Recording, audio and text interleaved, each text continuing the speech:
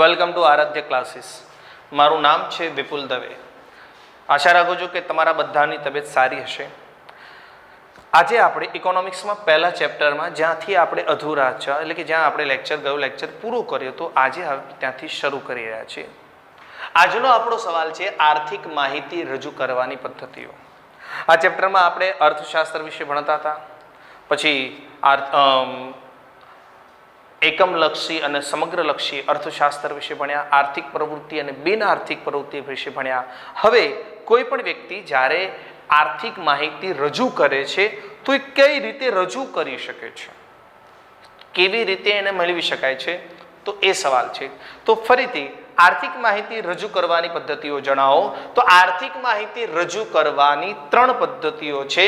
પહેલું છે ભાષા દ્વારા વર્ણનાત્મક. વર્ણનાત્મકમાં કશું જ નહીં, તમે જે પણ લખ્યું છે એ તમારે બોલી જવાનું. એટલે એનું પર્ટિક્યુલર એવું ના કે આવા જ વર્ડ બોલવા, આ જ બોલવું, આવું બોલવું, એવું કશું જ નહીં. જે માહિતી તમે ભાષા દ્વારા બોલીને અભિવ્યક્ત કરો છો, જેમ કે હું તમારી સામે વ્યક્ત કરું કે ઓલા વર્ષોમાં આ થયું હતું, ઈસવીસન ઓલામાં ઓલું થયું હતું, તો આ મેં તમને માહિતી આપી. એટલે પહેલું છે ભાષા દ્વારા. બીજું છે આંકડાઓ દ્વારા.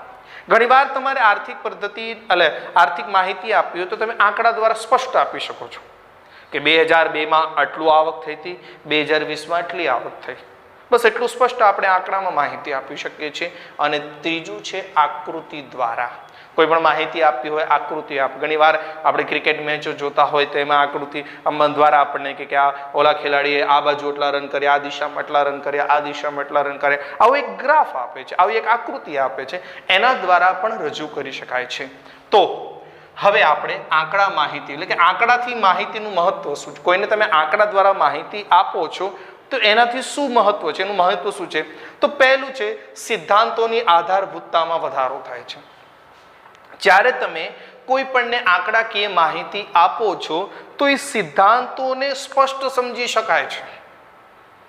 ઘણા લોકો એમ કહે છે કે 2015માં ભારતની આવક એટલી હતી અને 2017માં એટલી થઈ. આ તમે સ્પષ્ટ આંકડા માહિતી રજૂ કરો એટલે સામેવાળાના મગજમાં એનો વિકાસ, એની સમજણ જલ્દી આવી જાય.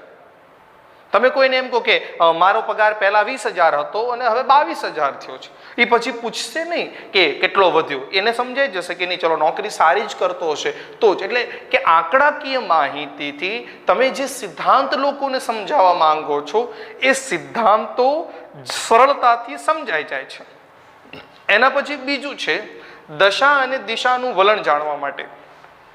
જ્યારે તમે કોઈ પણ પ્રકારની આર્થિક માહિતી આંકડામાં રજૂ કરો છો તો ચોક્કસ પહેલા તો એ જાણવા મળે છે કે કેવી દશા થઈ, સારી કે ખરાબ, અને દિશા કઈ બાજુ જઈ રહ્યું છે. જેમ કે કોઈ વ્યક્તિ એમ કે પહેલા અમારો પગાર 10,000 હતો ને હવે 5,000 થયો, એટલે આપણને ખબર પડી જાય કે આ માણસની દશા સારી નથી અને ખબર પડી જાય કે દિશા બી ખરાબ છે. તો કોઈ પણ આંકડાકીય માહિતી રજૂ કરવા માટે બીજો સિદ્ધાંતની જરૂર હતી કે ચોક્કસ દશાઓ જાણી શકાય છે, ચોક્કસ દિશાઓ સમજ. જેમ કે ભારત અમેરિકા, ભારત અને બ્રિટનનો વિકાસ, આ બંનેની સરખામણી કરીએ. આપણે ભારતની સરખામણી અમેરિકા સાથે કરીએ એટલે આપણને ખબર કે અમેરિકા એટલો આગળ વધ્યું, આપણે ધીમે ધીમે આગળ વધીએ છીએ. ભારત અને બ્રિટનની, તો ભારત અને બ્રિટનની કઈ રીતે આગળ વધે છે, એ કોઈ પણ બાબતો એટલે કે ચોક્કસ દિશાઓ જાણી શકાય છે, ચોક્કસ માહિતી જાણી શકાય છે. ત્રીજું છે તુલનાત્મક. એમાં પણ એની જેવું છે કે તમે બે દેશોની તુલના કરી શકો છો. મેં હમણાં તમને કીધું ભારત અને બ્રિટન. જેમ કે ભારત અને અમેરિકાની, ભારત કેટલો વિકાસ કર્યો, અમેરિકાએ કેટલો વિકાસ કર્યો, આ બંને આંકડાકીય માહિતી આવી જાય તો આપણને ખબર પડી જાય કે કેમ વિકાસ થયો. બસ ત્યારે ત્રીજું પણ એવું જ છે કે એમાં તમે ચોક્કસ તુલના કરી શકો છો. તમારા જ માતા પિતા કે તમારા જ બાળકો તમારા સાથે ઘણી વાર તુલના કરે ને કે જો બાજુવાળાના છોકરાને એટલા ટકા આવ્યા, તારે એટલા આવ્યા. તો તુલનાથી, આંકડાથી તુલના સ્પષ્ટ થઈ શકે છે. આંકડાકીય માહિતીમાં અંતે આવે છે સંક્ષિપ્ત રજૂઆત માટે. જ્યારે તમે કોઈ પણ વસ્તુને સંક્ષિપ્તમાં રજૂ કરવું હોય તો તમે એને સ્પષ્ટ રીતે ટૂંકમાં એવી રીતે લખી શકો છો આંકડામાં કે ધોરણ 8માં એટલા ટકા આવ્યા અને ધોરણ 9માં એટલા ટકા આવ્યા. બસ એટલે નક્કી થઈ જશે કે તમે હોશિયાર છો કે ટોટ છો, તમે બ્રિલિયન્ટ છો કે તમે પૂર છો, નક્કી થઈ જાય છે. એટલે આંકડાકીય માહિતી આ રીતે રજૂ કરી શકાય છે, આ સિદ્ધાંતોથી રજૂ કરી શકાય છે. હવે આપણો નવો સવાલ છે, આંકડાકીય માહિતી આલેખ કે આકૃતિમાં રજૂ કરતી વખતે કઈ કઈ બાબતો સમજવાની છે. જ્યારે તમે કોઈ આંકડાકીય માહિતી બોલીને કે લખીને સમજાવો છો વાંધો નહીં, પણ જો તમે એને આકૃતિમાં દોરીને આંકડાકીય માહિતી સમજાવો છો તો ત્યારે તમારે કઈ કઈ બાબતોનું ખાસ ધ્યાન રાખવાનું. તો સૌથી પહેલું બાબત છે વિશ્વસનીય પ્રાપ્તિ સ્થાનો. મતલબ કે તમે જ્યાંથી પણ આંકડાઓ બોલી રહ્યા છો એ આંકડા જ્યાંથી પણ પ્રાપ્ત કર્યા છે એ સ્થાન સાચું હોવું જોઈએ. આપણે જ્યાં અત્યારે ટીવીમાં અથવા પેપરમાં આવે તો એને આપણે સાચું માની લઈએ, કારણ કે એ લોકોએ જ્યાંથી પણ માહિતી મેળવી છે એ બધી સાચી છે. પણ તમે ગમે તેવા આંકડા માહિતી બોલો તો કદાચ જો માહિતી જ ખોટી હશે તો એના દ્વારા બનાવેલી તમારી આકૃતિ 100% ખોટી જ થશે. એટલે જો તમારે આંકડાકીય માહિતી આકૃતિ દ્વારા રજૂ કરવી હોય તો એના માટે જરૂરી છે કે જ્યાંથી પણ તમે આંકડા પ્રાપ્ત કરો છો એ પ્રાપ્ત થયેલા આંકડા સાચા હોવા જોઈએ. જો એ આંકડા જ ખોટા હશે તો તમે ખોટા જ આંકડા પરથી આકૃતિ ભલે સાચી બનાવી છે પણ તમારા આંકડા જ કેવા છે?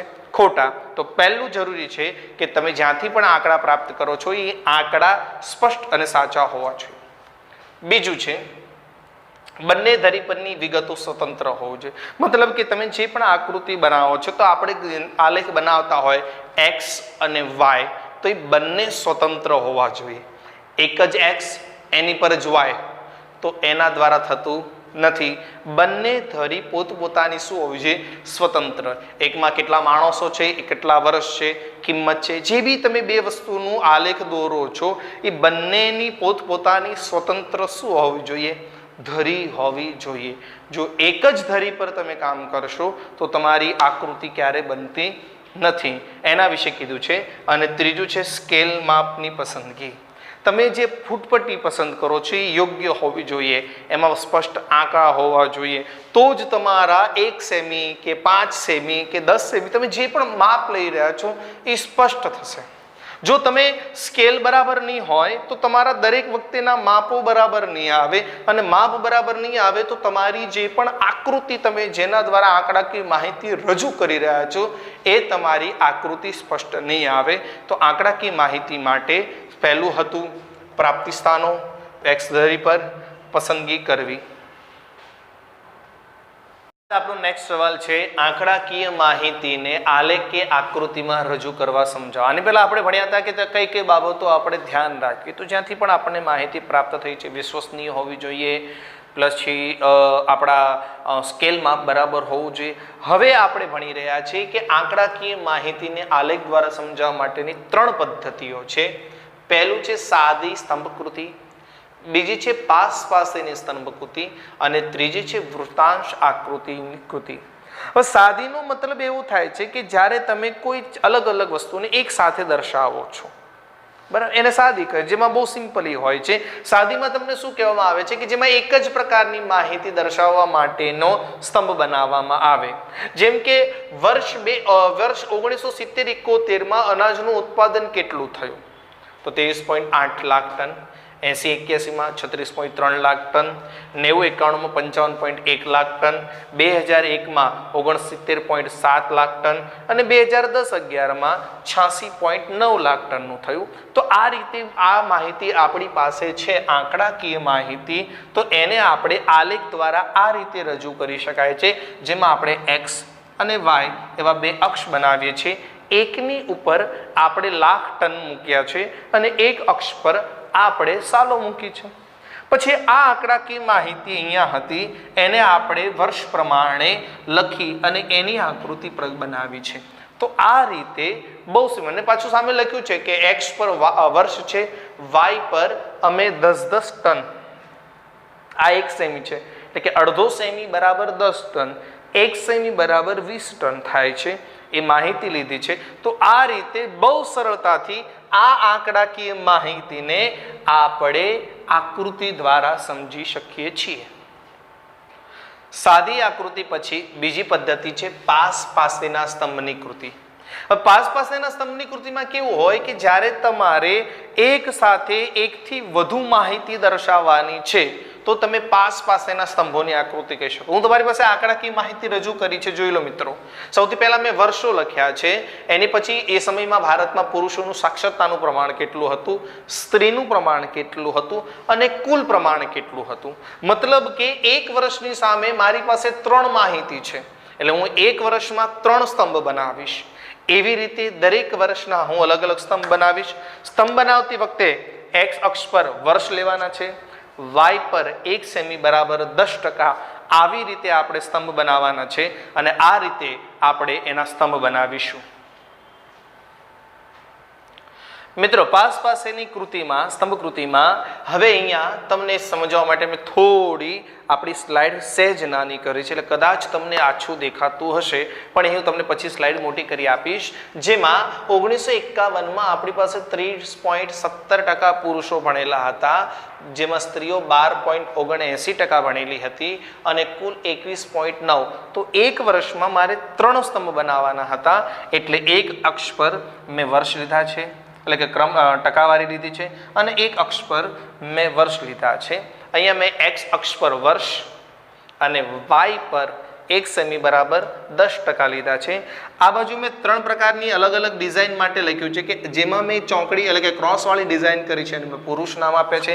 જે મેં વચમાં ખાલી મૂકી છે એ સ્ત્રીઓનું છે, અને જેમાં મેં ડોટ ડોટ કર્યા છે એ કુલ છે. એટલે આ રીતે મેં પહેલી ડિઝાઇન બનાવી છે જે પુરુષોનું છે, કે 1951માં પુરુષોનું પ્રમાણ ભણવામાં વધારે હતું, સાક્ષરતાનું, સ્ત્રીઓનું ઓછું હતું અને કુલ ટકાવારી એટલી હતી.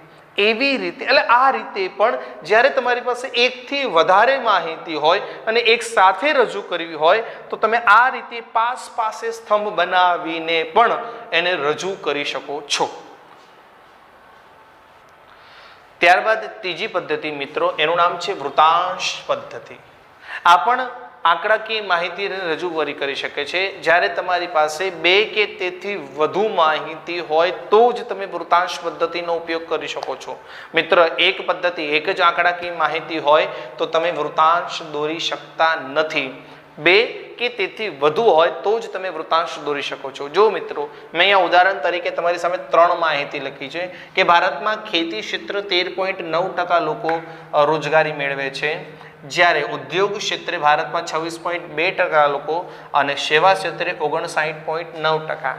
પછી આપણે આખું વૃતાંશ દોર્યું અને આ રીતે વૃતાંશ દ્વારા પણ આપણે આંકડાકીય માહિતી રજૂ કરી છે. ઘણીવાર તમે ક્રિકેટ મેચમાં જોયું હશે કે આ રીતે 8 ભાગ પાડે અને એ લોકો એમ કે આ સાઈડમાં આટલા ટકા રન લીધા, આટલા ટકા, એટલે કે વૃતાંશ દ્વારા પણ તમે શું કરી શકો છો, આર્થિક માહિતી રજૂ કરી શકો છો. કોઈ દેશમાં સ્ત્રી પુરુષોનું પ્રમાણ કેટલું છે એ પણ આ રીતે જાણી શકાય છે, કે બાળકો કેટલા છે, સ્ત્રીઓ કેટલા છે, પુરુષો. કોઈ દેશમાં કોઈ પક્ષ કેટલા ટકા છે તો એને પણ વૃતાંશ દ્વારા તમે જાણી શકો છો, કે એક પક્ષ આટલા વિસ્તારમાં છે, આટલા ટકા ભાગ ધરાવે છે, એક પક્ષ આટલો. તો વૃતાંશ દ્વારા પણ આપણે આંકડાકીય માહિતી રજૂ કરી શકીએ છીએ. ત્યારબાદ નેક્સ્ટ સવાલ છે અર્થશાસ્ત્રનું મહત્વ અને ઉપયોગિતા દર્શાવતું. કોઈ પણ અર્થશાસ્ત્ર અથવા કોઈ પણ શાસ્ત્રનું મહત્વ 3 પ્રકારમાં હોય છે. જેમ કે અહીંયા અર્થશાસ્ત્રનું મહત્વ 3 છે. એક તો વ્યવહારિક રીતે ઉપયોગી છે, બીજું છે આર્થિક રીતે અને ત્રીજું છે વ્યવસાયિક રીતે. જો વ્યવહારિક રીતે એટલા માટે કે આપણા દેશનો કેવો વ્યવહાર છે, કોઈ પણ દેશનું અર્થતંત્ર અને આર્થિક વિકાસ માટેનું વ્યવહારિક જાણવું જરૂરી છે. તો સૌથી પહેલું છે આંતરરાષ્ટ્રીય ઘટનાઓ. ઘણા દેશોનું એટલું વર્ચસ્વ સારું હોય છે કે બીજા દેશની ઘટનાઓથી પણ એ દેશને કોઈ ફરક નથી પડતો, અને ઘણા દેશનું અર્થશાસ્ત્ર એટલે કે આ અર્થશાસ્ત્ર એવું હોય છે કે બીજા દેશની ઘટનાઓથી એમને ફરક પડે છે. દુનિયામાં અમેરિકા જેવો દેશ છે કે જે ક્રૂડ ઓઇલનો ભાવ નક્કી કરે છે, રશિયા, અમેરિકા, ચીન, ભારત, આ બધા ઘણા બધા દેશો છે. આપણા દેશ પણ એવું છે ને કે આપણે બીજા દેશમાં, હવે ઈરાન, ઈરાકમાં તેલના ભાવ વધે તો ભારતમાં પેટ્રોલ ડીઝલનો ભાવ વધે છે. એટલે કે ભારતનું અર્થશાસ્ત્ર આ રીતે ઘણા બધા દેશોમાં મૂડીને મહત્વ મળે છે, ઘણા દેશો સામ્યવાદી દેશો છે, એટલે કે ભારત જેવા દેશોમાં આંતરરાષ્ટ્રીય ઘટનાઓ વધારે થાય છે, એટલે જેના કારણે આપણું દેશ 100% આપણા દેશનું અર્થતંત્ર આપણા હાથમાં નથી, વિદેશી તાકાતોમાં છે. એટલા જ માટે અત્યારની વર્તમાન સમયની સરકાર એને ધીમે ધીમે ભારતને આત્મનિર્ભર બનાવવા માંગે છે કે તમે 100% ભારતમાં જ વાપરો. એટલે ભારતની જ વસ્તુ વાપરવાનું એટલા માટે કે આપણે આંતરરાષ્ટ્રીય ઘટના કોઈ પણ સારી ઘટે કે ખરાબ ઘટે તો આપણા દેશના અર્થતંત્રને ફરક પડવો જોઈએ નહીં. બીજું છે ઐતિહાસિક ઘટનાઓ. ઘણીવાર ભારતીય અર્થતંત્રને એટલે કે કોઈ પણ અર્થતંત્રને જાણવા માટે ઐતિહાસિક ઘટનાઓ બહુ જ જરૂરી છે. જેમ કે ભારત પ્રાચીન સમયમાં ઇંગ્લેન્ડમાં મરી મસાલા વેચતું હતું, તો આ મરી મસાલાના કારણે એ લોકો ભારતમાં આવવા, જ્યારે આપણે કોન્સ્ટન્ટિનોપલનું પતન થઈ ગયું ને આપણે વેપાર કરીને ત્યાં ન ગયા, અથવા તો એ લોકો ભારતમાં આવ્યા વેપાર કરવા, ઈસ્ટ ઇન્ડિયા કંપની સ્થાપી, ભારતમાં વેપાર કરવા આવ્યા અને ભારતના વેપાર કરવા આવ્યા ત્યારબાદ એણે ભારતમાંથી બધા ઉદ્યોગો બધા પ્રકારનું શોષણ કરી ગયા. તો આ પણ એક ઐતિહાસિક ઘટના છે જેના કારણે ભારતમાં અર્થશાસ્ત્ર ચાલે છે. પછી એના પછી બીજો મહત્વનો છે આર્થિક મહત્વ. ઘણીવાર કોઈ પણ અર્થશાસ્ત્રમાં આર્થિક મહત્વ એટલા માટે છે કે જ્યારે પણ રોજબરોજના વ્યક્તિગત નિર્માણો માટે થતા કાર્યો, કોઈ પણ દેશનું આર્થિક બાબત જાણવી હોય તો ત્યાંના રોજબરોજ જેમ કે અભિનેતા, ડોક્ટરો, વકીલો, ગાયકો, શિક્ષકો, આ બધા લોકો પોતાની કઈ ને કઈ પ્રવૃત્તિ કરે છે, એ પ્રવૃત્તિથી કામ કરે છે, એનાથી સરકારને ટેક્સ મળે છે, લોકોને આવક મળે છે. એ બધાથી નક્કી થાય છે કે ભારતનું અર્થતંત્ર એટલે કે ભારતનું અર્થશાસ્ત્ર કેવું હશે. એ જાણવા માટે આપણને સૌથી મહત્વનું કામ કરે છે અર્થશાસ્ત્ર. બીજું, અર્થશાસ્ત્ર સરકારની નીતિઓ સમજવા માટે પણ નિમણૂક થાય છે. અર્થશાસ્ત્રથી ફાયદો એ થાય છે કે સરકાર આપણા બધા માટે કેવા કાર્યો કરી રહી છે, સરકાર આપણા બધા માટે કેવા પ્રયાસો કરે છે, સરકાર દેશના નાગરિકો માટે કેવા પ્રયાસો કરે છે, લોકોની માટે કેવા કામો કરે છે, લોકોની માટે કેવી નીતિઓ ગણે છે. જેમ કે રિઝર્વ બેંક રેપો રેટ એટલે કે રેપો રેટનો મતલબ થાય છે કે જે વ્યાજ દર છે એ ઘટાડે છે, ક્યારેક વધારે છે, તો આપણને ખબર પડી શકે કે અર્થશાસ્ત્ર નબળું પડ્યું છે તો કદાચ ઘટાડ્યું હશે, અર્થશાસ્ત્ર મજબૂત થયું હશે તો કદાચ વધાર્યું હશે. તો આ બધાથી ખબર પડે છે. એના પછી આવે છે વ્યવસાયિક મહત્વ. વ્યવસાયિક મહત્વમાં એવું કહેવામાં આવે છે કે આવક અને ખર્ચ કેવો છે, માંગ અને પુરવઠો કેવો છે, આ બધી બાબતો આપણે નક્કી. વ્યવસાયિક બજારમાં શેનો વ્યવસાય કરવો, શેની માંગ કરવી, કઈ વસ્તુનો પુરવઠાનો ઉપયોગ કરવો, આ બધી બાબતો વ્યવસાયિકમાં નક્કી થાય છે. કઈ વસ્તુની કિંમત કેટલી કરવી, તમે વ્યવસાયિક અર્થતંત્ર આપણને શીખવાડે છે. હું અમદાવાદમાં અથવા બહાર કોઈ વસ્તુ વેચવા જાઉં તો મને ખબર હોવી જોઈએ કે અત્યારે કઈ વસ્તુની માંગ છે, નથી તો મારે સસ્તું વેચવું જોઈએ, માંગ છે અને એ જ વસ્તુ મારી પાસે છે તો મારે મોંઘું વેચવું જોઈએ. આ બધું આપણને વ્યવસાયિકમાં ખબર પડે છે. જેમ કે તીવ્ર સ્પર્ધા હોય ત્યારે બજારની કિંમત નક્કી કરવાથી, ઘટાડવાથી ગ્રાહકો આકર્ષી શકાય. આજના જમાનામાં ખબર છે આપણે બધા લોકડાઉનમાંથી પસાર થયા છે, એટલે દુકાનદારો શું કરે, અમુક દુકાનદારે સસ્તું વેચવાનું ચાલુ કર્યું. કેમ? બોલે લોકો આવતા જ નથી તો એક કામ કરો, આની સાથે આ ફ્રી અથવા ભાવમાં ઘટાડો કર્યો. આવું બધું કરવાથી શું થાય કે જેના કારણે લોકો આપણી દુકાનમાં, વ્યવસાયમાં, વેપારમાં આવી શકે.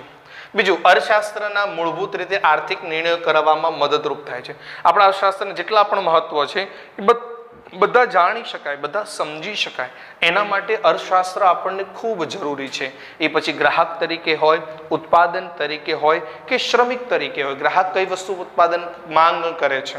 આપણે અમુક એરિયામાં જઈએ તો ત્યાં સસ્તી વસ્તુ મળતી જ નથી અને અમુક એરિયામાં જઈએ તો ત્યાં મોંઘી વસ્તુ છે જ નહીં. અમુક એરિયામાં આજે પણ 40-50 રૂપિયાની દાબેલી મળે છે અને અમુક એરિયામાં આજે પણ 5-7-10 રૂપિયાની દાબેલી મળે છે. તો આ દરેક વસ્તુનો સમાવેશ ગ્રાહકોની આવક દ્વારા, ગ્રાહકોની માંગ દ્વારા અને ત્યાં રહેતા ગ્રાહકોના પુરવઠા દ્વારા નક્કી થાય છે. એટલે આ રીતે આપણે બધા પ્રયત્નો કરીએ છીએ અને આવા જ બધા સિદ્ધાંતોના દ્વારા આપણે આર્થિક શાસ્ત્રનું મહત્વ જાણી શકીએ છીએ. તો મિત્રો, આ રીતે આપણે અર્થશાસ્ત્રના માહિતી માટે અર્થશાસ્ત્ર વિશે જાણ્યું અને જેના કારણે આપણે આપણું આ ચેપ્ટર પહેલું અહીં પૂરું કરીએ છીએ.